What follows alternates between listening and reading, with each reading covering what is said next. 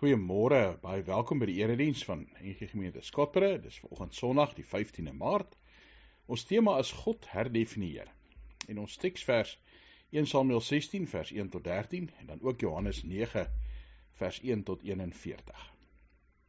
Mag jy God se teenwoordigheid, God se nabyheid, God se liefde elke dag in besonder beleef. Mag jy ervaar dat hy met jou praat, dat hy by jou is en jou lei, jou gids is, jou leer. Het is my voorreg om jou te groet namens God die Vader om vir jou te kan sê genade en vrede vir jou. Ons tema vanoggend is God herdefinieer. As ons sommer dink oor mense, is maklik om die vraag te vraag, wie is jy? Wat definieer jou? Wat bepaal hoe jy oor jouself dink? Partykeer dink mense oor hulle self op grond van hulle voorkoms. Dink mense oor hulle self op grond van wat die wêreld sê belangrik is of nie belangrik is nie. Ons ken hierdie oulike prentjies van 'n kat wat in die spieël kyk en dan sien hy 'n leeu. Ja, partykeer dink ons baie van onsself. Andersom kan ons ook kyk vir 'n Great Dane wat in die spieël kyk en dan sien hy 'n jokkie. En dan probeer hy op sy eienaar se skoot klim met groot komiese gevolge wat dit het. Ons het verskillende opinies oor onsself. En partykeer maak goed wat in die lewe gebeur ook dat ons beeld van onsself verander. Ja, daar is in sosiologie die ding wat hulle noem the looking glass beginsel. Jy word dit wat die belangrikste persoon in jou lewe van jou dink. En as daai persoon min van jou dink, dan dink jy min van jouself. As daai persoon baie van jou dink, dan dink jy baie van jouself en is jy baie keer makliker suksesvol in die lewe. Die persoon wat die meeste van ons dink en wat die belangrikste in ons lewe moet wees, is uiteindelik God. Dis wat ons gaan lees in 1 Samuel 16 en Johannes 9. Hoe God ons herdefinieer. Maak nie saak wat die wêreld van ons sê en van ons dink nie. God dink anders oor ons as mense. 'n Rabbi het op 'n stadium vir sy gemeente gesê, God wil hê as ons in die hemel kom vra, hoe goed het jy gedoen? Hoekom was jy nie Moses of 'n Messias nie? Hoekom het jy nie hierdie ding ontdek of daai ding gedoen nie? Hy gaan vir jou vra, hoekom was jy nie ten volle jy nie? God wil hê ons moet wees wie hy ons gemaak het om te wees. Ja, ons ken daai uitdrukking wat sê, God het nie gemors gemaak nie. Daarom is ek en jy belangrik. Hier is sommer so 'n prentjie van dowwe uitkyk en die oomblik wat jy die regte lens het om mee te sien, dan sien jy die mooi sonneblomme. Partykeer kyk ons met die verkeerde lens na onsself. Kom ons kyk na ons met God se lens. Kom ons laat God toe om ons te herdefinieer. Ons openingsprentjie is van 'n rowwe diamant en 'n geslypte diamant. Ons sal maklik 'n diamant op die grond so kyk en dink dis 'n stukkie stikkende glas. Maar in die regte hande word dit 'n skitterende diamant wat duisende rande werd is, wat mense se lewens totaal kan verander. Kom ons word stil en ons lees saam 1 Samuel 16. Voor ons lees, kom ons sluit die oë. Here, dankie dat ons u kinders kan wees, dat ons kan weet u het ons lief, dat ons kan leef in u genade en in u heerlikheid. Maak ons ook nou gehoorsame kinders wat luister, stil in ons harte en ons gedagtes. Here, soveel goed kan ons aandag aftrek, dit wat ons beplan vir die week, dalk sommer middagete, dalk goed waaroor ons bekommerd is, dalk goed waaroor ons opgewonde is. Ja, partykeer sommer die mense om my in die kerk. Mag ons u hoor, op u fokus, ja Here, vir u lewe. Spreek Here, u kinders luister. Amen. 1 Samuel 16. Die Here het vir Samuel gesê, hoe lank gaan jy nog treur oor Saul? Dis ek wat hom verwerp het as koning oor Israel. Vul nou jou horing met olie en vertrek, want ek stuur jou na Isaï van Bethlehem, want tussen sy seuns het ek vir my 'n koning gesien. Samuel het gesê, hoe kan ek gaan? As Saul daarvan hoor, gaan hy my doodmaak. Toe sê die Here, 'n vers kalf moet jy saam met jou neem, en dan sê, om aan die Here 'n offer te bring. Dis waarvoor ek gekom het. Nooi dan vir Isaï na die offer toe, ek sal vir jou meedeel wat jy moet doen. Jy moet vir my die een salf, wat ek vir jou sal sê. Samuel het toe gedoen wat die Here gesê het. Toe hy in Bethlehem aankom, het die oudstes van die stad hom bewend tegemoet gekom en gevra, beteken u koms vrede? Hy het gesê, ja, vrede, om in die Here 'n offer te bring, dis waarvoor ek gekom het. Heilig julle self, en kom saam met my na die maaltydoffer. Hy het Isaïe en sy seuns toe geheilig, en hulle na die maaltydoffer genooi. En toe hulle inkom, het hy vir Eliab sien, het hy gedink, sekerlik, hier staan voor die Here sy gesalfde. Maar die Here het vir Samuel gesê, moenie na sy voorkoms of sy reisige gestalte kyk nie, want ek het hom afgekeer. Dit gaan immers nie oor wat 'n mens sien nie, want die mens kyk na wat hy sien, maar die Here kyk na die hart. Isaïe roep toe vir Aminadab en laat hom voor Samuel verbygaan, en hy het ook gedink, ook hierdie een het die Here nie gekies nie. Daarna het Isaïe vir Samuel laat verbygaan, maar hy het gedink, ook hierdie een het die Here nie gekies nie. So het Isaïe dan sy 7 seuns voor Samuel laat verbygaan, maar Samuel het vir Isaïe gesê, die Here het hulle nie gekies nie. Samuel vra toe vir Isaïe, is dit alle jong manne? En hy het geantwoord, die jongste is nog oor, maar kyk, hy is besig om kleinvee op te pas. Toe sê Samuel vir Isaïe, laat haal hom, ons gaan nie eet voordat hy hier aankom nie. Hy het dit toe gedoen en hom laat inkom. Die seun was rooierig, met mooi oë en 'n goeie voorkoms. Die Here sê toe, staan op, salf hom, want dit is hy. Samuel het die horing met die olie geneem en hom daar tussen sy broers gesalf. Die gees van die Here het van daardie dag af en ook verder van Dawid besit geneem. Samuel het toe opgestaan en na Rama gegaan. Daar is 'n ou gesegde wat sê, daar is 'n paar mense in ons.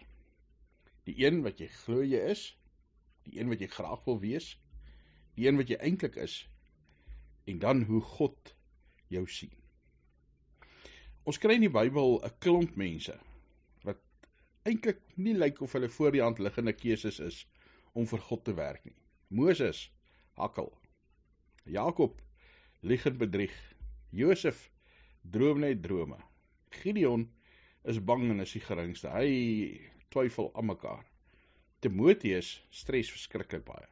Abraham was stokoud. Naomi was 'n weduwee. Rut, sy was 'n vreemdeling, nie 'n Israeliet nie, 'n Moabiet. Jona was 'n onwillige profeet, een wat weghardloop. Maria, 'n jong tiener.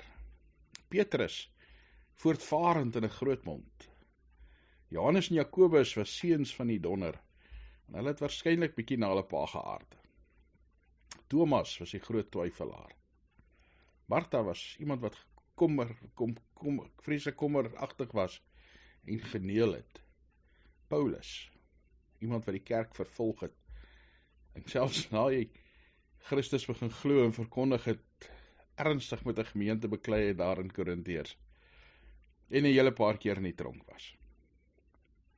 En tog gebruik God al hierdie mense, wat vir die wêreld onprakties lyk, want 1 Samuel 16 vers 7, God kyk nie na die innerlike of die uiterlike nie. God kyk na wat mense se harte. God kyk na wat binne-in mense aangaan. Mense is meer besorg oor hulle reputasie, partykeer is oor hulle karakter. Ons karakter is die belangrike ding. In die Nuwe Testament kry ons 'n soortgelyke ding in 1 Samuel 16 vers 7, en dis 1 Korintiërs 1 vers 27 tot 29. Die dwaashede van die wêreld het God gekies om die wyses te beskaam. Die swakhede van die wêreld het God gekies om die sterkes te beskaam.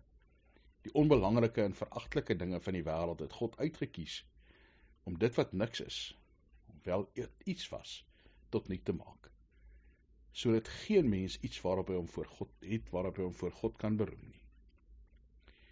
God kies anders as die wêreld. God sien anders as die wêreld. God sien mense raak. In 1 Samuel 16 sien God vir Dawid raak. Isaïe, 8 seuns, pragtige seuns, uitstaan mense. Eliab, waarskynlik groot en lank, dalk iets soos Saul, wat 'n kop bo al die ander Israeliete uitgestaan het. Hy was nou regtig 'n hank van 'n leier. Maar tog is hy nie die een wat God kies nie. Die Here soek iemand anders. Hy sê nee. So gaan dit aan met al die seuns. 7 van hulle word voor Samuel verbygevat en al 7 slag nie. Nie Eliab nie, nie een van die ander seuns nie. En dan vra Samuel, is daar nog 'n seun? En is so amper asof Isaïe so terloop sê, ja, daar is, maar hy's klein, hy's pas skape op, hy's nie regtig belangrik nie. Dawid was iemand wat die wêreld nie gesien het as belangrik nie. 'n Klein skaapwagter. As God na hom kyk, sien hy 'n koning. Hy sien nie 'n BBP nie. Hy sien 'n persoon sonder 'n naam. PSN. Iemand wat onbelangrik is, wat nie onthou word nie, wat sommer eintlik vergeet word. Hy het die swakste van die werk gedoen wat iemand kon doen. Die werk wat eintlik maar 'n slaaf moes gedoen het, skape opgepas het. En tog is hy die een wat God kies.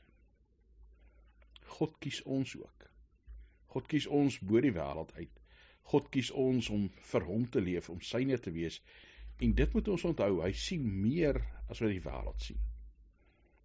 God sien in ons konings, priesters, profete, en hy wil ons hê as deel van sy koninkryk. In Johannes 4 vers 8 die toets, as daar wie nie liefde het nie, het God nie. Want God is liefde. Ken ons liefde, leef ons liefde, is liefde deel van ons lewens. Ja, ons almal ken Matteus 25, water vir hulle wat dors is, kos vir hulle wat honger is, gaan besoek hulle wat in die tronk is. Leef ons daai verskil vir God, of leef ons maar net dit wat die wêreld dink, en wat die wêreld sê. Samuel se oë moes oopgaan vir hierdie kind wat God laat salf het, vir Dawid, vir hierdie klein skaapwagtertjie wat koning word. So moet ons oë ook oopgaan vir wie God is, en die verskil wat hy in ons lewens maak. Moet ons oë oopgaan vir wie ons in God se oë is, en dalk selfs wie ander mense in God se oë is. Moet ons dalk mense herdefinieer, moet ons dalk onsself herdefinieer in God se oë. Kom ons kyk na Johannes 9 vanaf vers 1 tot 41.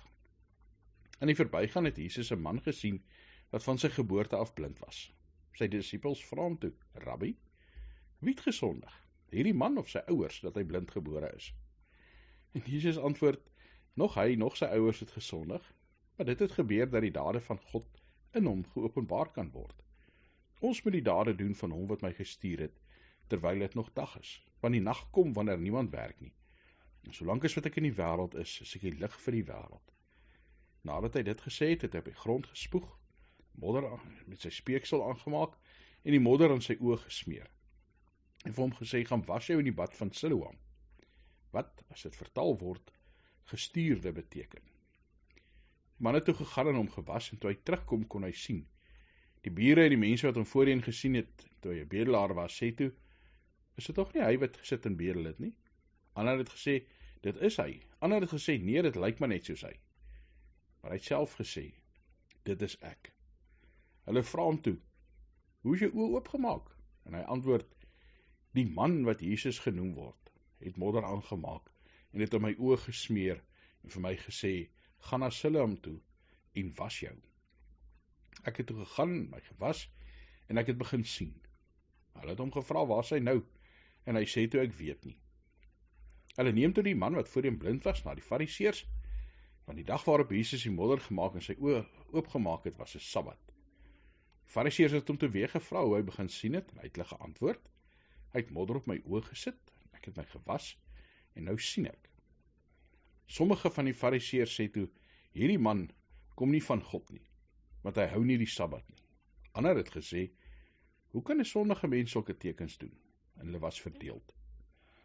Toe sê hulle weer vir die blinde man, wat sê jy van hom, aangesien hy jou oë oopgemaak het? En hy het geantwoord, hy is 'n profeet. Die Jode het egter nie geglo dat hy blind was en weer begin sien het nie. Totdat hulle die man wat begin sien het, sy ouers geroep het. En hulle het vir hulle gevra, is hierdie man julle seun, van wie julle sê dat hy blind gebore is? Hoe sien hy dit nou? Sy ouers antwoord, ons weet nie. Ons weet dat hy ons seun is en dat hy blind gebore is. Maar hoe hy nou sien, weet ons nie. Wie sy oë oopgemaak het, weet ons nie. Vra hom. Hy is oud genoeg, hy sal vir homself praat. Die ouers het dit gesê omdat hulle bang was vir die Jode. Die Jode het reeds ooreengekom dat as iemand openlik as die Christus sou bely, hy uit die sinagoge geban sou word. Daarom het sy ouers gesê, hy is oud genoeg, vra hom. Hulle het die man wat blind gebore was, 'n tweede keer laat roep, en vir hom gesê, gee aan God die eer. Ons weet dat hierdie man 'n sondaar is. Hy het toe geantwoord, of hy 'n sondaar is, weet ek nie. Een ding weet ek blind was, en nou sien ek. Vra hulle vir hom, wat het hy nou met jou gedoen? Hoe het hy jou oë oopgemaak? Hy antwoord hulle, ek het reeds vir julle gesê, maar julle het nie geluister nie. Wat wil julle weer hoor? Julle wil tog nie ook sy disippels word nie? Hulle het hom toe uitgeskel en gesê, jy's 'n disipel van daai man, maar ons is disippels van Moses. Ons weet dat God met Moses gepraat het, maar hierdie man, ons weet nie van waar hy vandaan kom nie. Die man het hulle geantwoord, wel, dis verbasend. Julle weet nie waarvandaan hy kom nie. Tog het hy my oë oopgemaak. Ons weet dat God nie sondaars verhoor nie, maar as iemand Godvreesend is en sy wil doen, verhoor hy hom. Van die begin van die wêreld af, het niemand nog ooit daarvan gehoor, dat iemand die oë van 'n blinde persoon oopgemaak het nie. As hierdie man nie van God was nie, sou hy niks kon doen nie. Hulle het hom geantwoord, jy is heeltemal in sonde gebore, probeer jy ons leer, en hulle het hom uitgeban. Jesus het gehoor dat hulle hom uitgeban het, deur maakloop het hy gevra, glo jy in die Seun van die mens? En hy het geantwoord, wie is hy, meneer, sodat ek in hom kan glo? Jesus het toe vir hom gesê, jy kyk na hom, hy wat met jou praat, dit is hy. Toe antwoord hy, ek glo, Here, en hy het hom aanbid. En Jesus het gesê, terwille van die beslissing, het ek na die wêreld toe gekom, sodat die wat nie sien nie kan sien, en die wat sien blind kan word. Die Fariseërs wat by hom was, het dit gehoor en gesê, ons is tog nie ook blindes nie. En Jesus het vir hulle gesê, as julle blind was, sou julle geen sonde gehad het nie. Maar nou sê julle, ons kan sien, daarom bly julle in sonde. Jy kry blindheid en jy kry blindheid. Die Fariseërs is geestelik blind, hulle is suur en hulle val Jesus aan, hulle vier nie Jesus se koms na die wêreld toe, die Messias nie, nee, hulle is jaloers en bedreig, en hulle is regtig nie iemand wat vir Jesus raak sien nie. Daar word hierdie storie vertel van 'n eenvoudige oom wat eendag geluister het hoe 'n professor Christendom uitmekaar uittrek, kritiek daarop lewer, 'n klomp nuwe tendense en nuwe studies vir die mense van vertel. Toe die professor klaar, staan die oom op, en hy haal 'n appel uit sy sak uit, en hy vat 'n hap van die appel, en hy sê, professor, ek het nog geen van die boeke gelees waarvan jy hier gepraat het nie. En hy vat nog 'n hap van die appel. En hy sê, professor, ek weet ook nie, jy is veel van hierdie geleerde mense wat jy so links en regs aanhaal en daar verwys nie. Toe vat hy nog 'n hap van die appel. En hy sê, ek moet eerlik wees, ek het ook nog nie die Bybel so baie bestudeer soos jy nie. En hy vat nog 'n hap van die appel. En toe hy klaar is, gooi hy die stronk van die appel in sy sak en hy sê, ek wil tog vir jou vra, was hierdie appel wat ek geëet het, suur of was dit soet? En die professor het die oom verbaas aangekyk en gesê, hoe moet ek dit weet? Ek het tog nie jou appel geproe nie. En toe sê die gelowige oom vir die professor, met groot respek, professor, ek wonder of jy al ooit 'n proe van my Jesus gehad het. Dis amper hoe die blinde man reageer op die Fariseërs. Dis daarom snaaks, ek weet nie waar van die geval vandaan hy gekom het nie, maar ek weet, hy het my genees. Fariseërs kan redeneer, en tog weet hy wie Jesus is.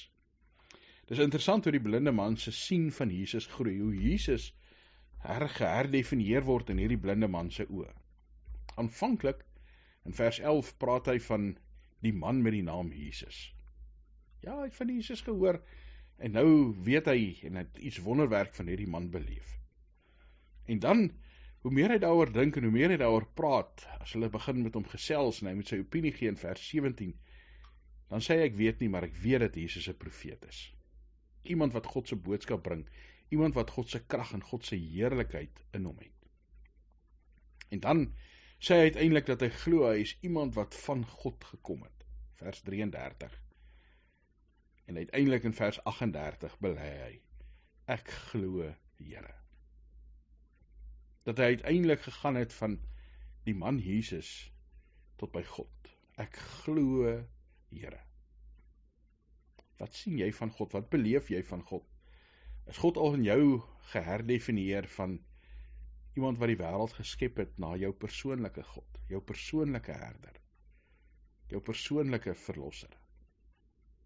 Het God jou al geherdefinieer van 'n sondige mens na iemand wat deur hom gekies is, iemand vir wie hy liefhet, wat vir hom ongelooflik belangrik is.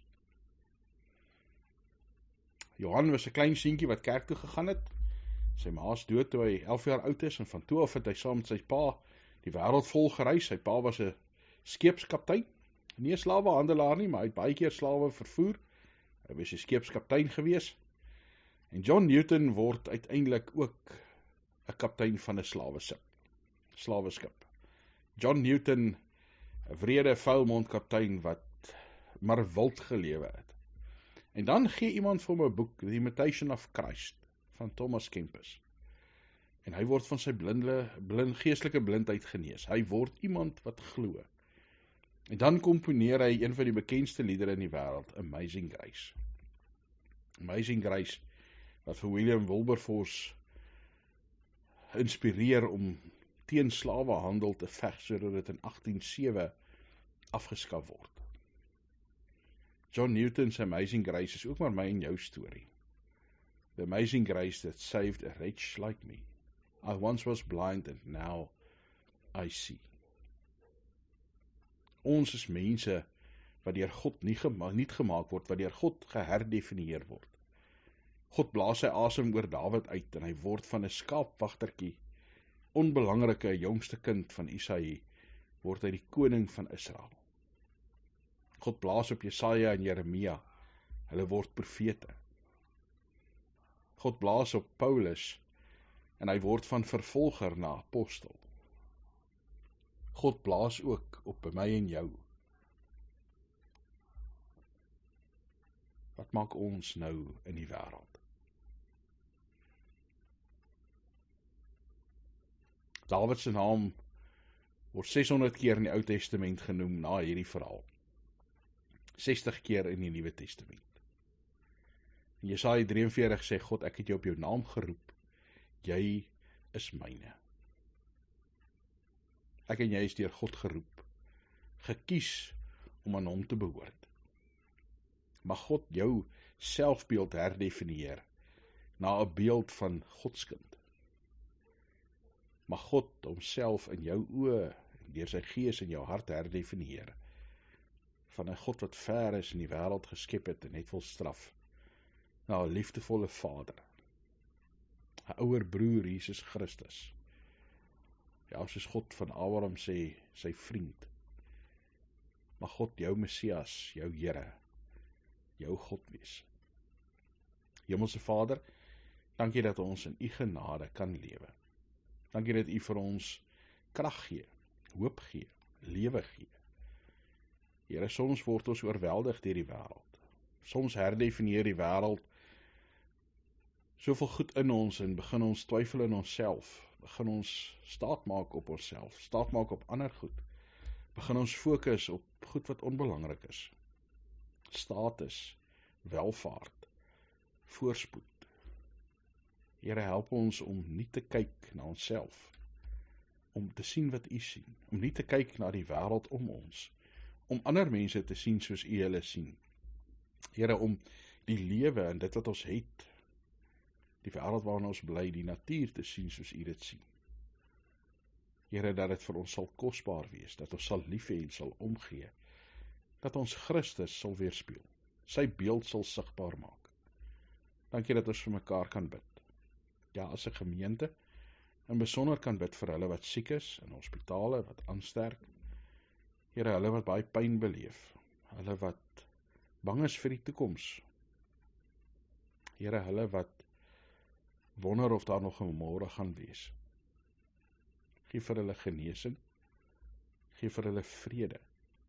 Here, hulle wat bekommerd is oor die ekonomie, oor die oorlog, Here, oor familielede wat dalk gevang is in die Midde-Ooste, en mense wat dalk nou nie meer werk het nie. Vrees oor petrolpryse en al die impak wat dit gaan hê. U is ons hoop en ons krag, en ons bid, Here, dat die leiers van die wêreld ook sal vrede maak en in vrede sal saamleef, Here, vir alle mense, dat hulle u sal ontmoet en vir u ook kan sê, Abba, ook hulle Vader. Dankie dat ons kan bid en weet U hoor, U luister. Ja, Here, U bid vir ons. In Jesus Christus se naam. Amen. Mag die liefde van God ons Vader, en die genade van ons Here Jesus Christus, en die krag van die Heilige Gees by julle elkeen wees. Amen.